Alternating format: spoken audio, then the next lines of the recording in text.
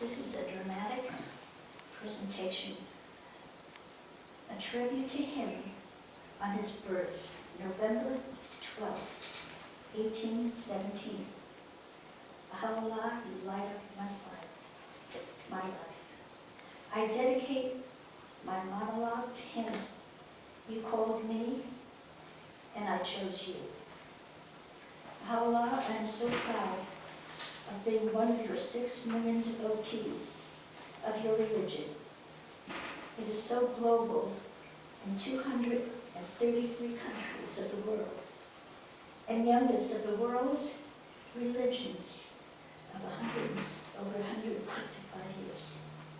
The Baha'i faith, which we are dedicated to your teachings of unity of mankind, the oneness of God and religion. When I heard of your teachings, I said, this is my chosen highway. Please accept my heartfelt teachings, my heartfelt praise of what you have done for me and the world. My vision and sphere was very limited before knowing you. I am so fortunate that in my search I found you early in my life. I have hope, direction, challenge that has given me a purpose in my life, which in turn has given me joy. Because of you, I have many wonderful, inspirational friends that have become my family, from different backgrounds of races, countries, religions, and walks of life that have enriched my life. My vision is world-embracing and confident and optimistic of a brighter future for mankind. The faith has reached all corners of the world. It evolved into a unifying, gentle, peaceful, idealistic, and practical faith. You asked us to serve humanity and be an example of what we were created for. As you taught us, let deeds, not words, be your adorning.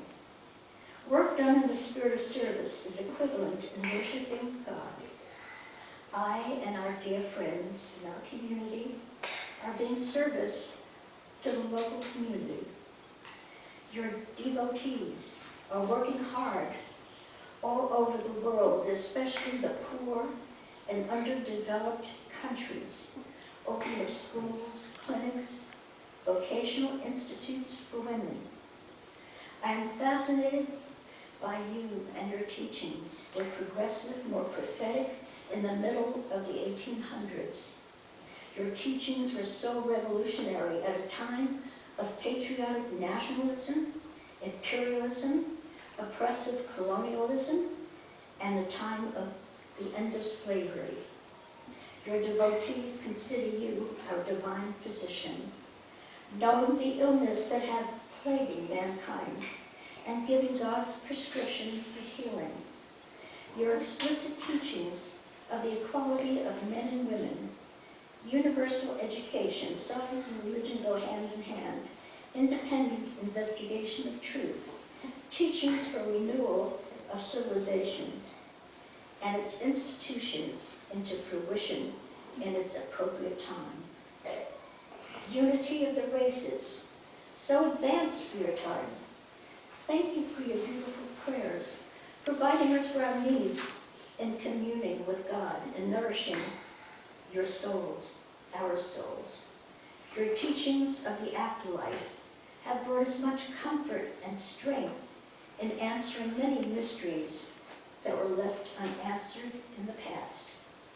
Baha'u'llah, you had the fearlessness of Moses encountering the Pharaoh, announcing your station as a revealer of God's new revelation for mankind in a land of religious fanaticism, Persia.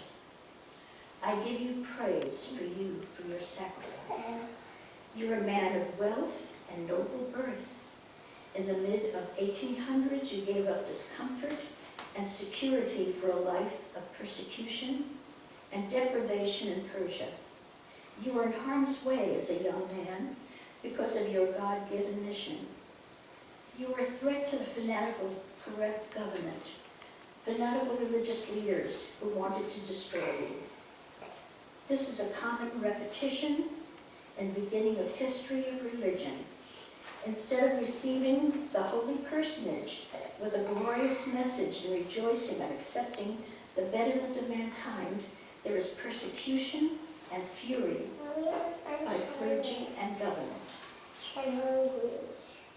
My heart grieved when I read about your first imprisonment in a dark pit, an underground dry reservoir, stench and filth and vermin with 150 thieves, murderers and highwaymen. They put a 100-pound chain around your neck, feet in stocks, very little food, and tried to poison you. But there was a stirring of God's revelation within your soul. Verily, we shall render thee victorious by thyself and by thy pen. Grieve thou not for what hath befallen thee, neither thou be afraid, for thou art in safety. Your Lord God will raise up the treasures of the earth, men who will aid thee through thyself and through thy name, wherewith God hath revived the hearts of such that have recognized him. That was in 1853. You were 4 months, and then you returned. Everything you owned was stripped away. Your home's destroyed, still very sick from imprisonment. You were ordered immediate banishment to Iraq.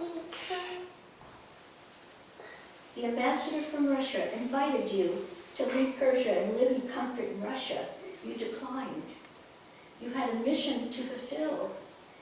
I would have said to myself, take this cup away from me.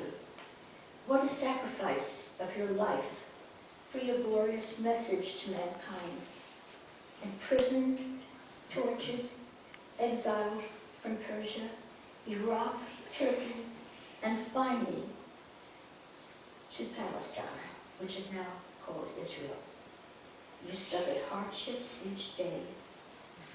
40 years in prison and exile, and I remember reading Professor E.G. Brown when he visited you from Cambridge, England in 1888.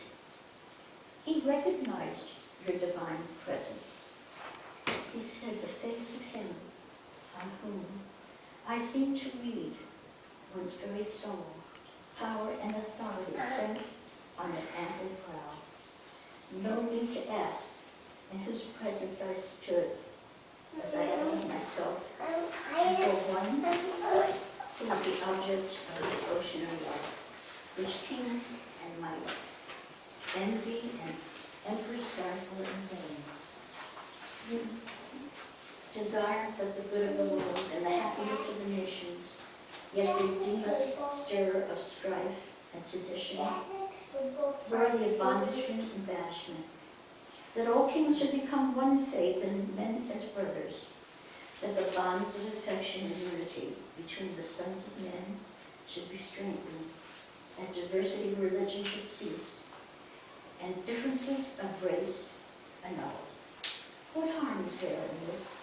So it shall be, these fruitless strifes, these ruinous wars shall pass away, and a most great peace shall come. Let not a man glory in this, that he loves his country. Let him glory in this, that he loves his kind.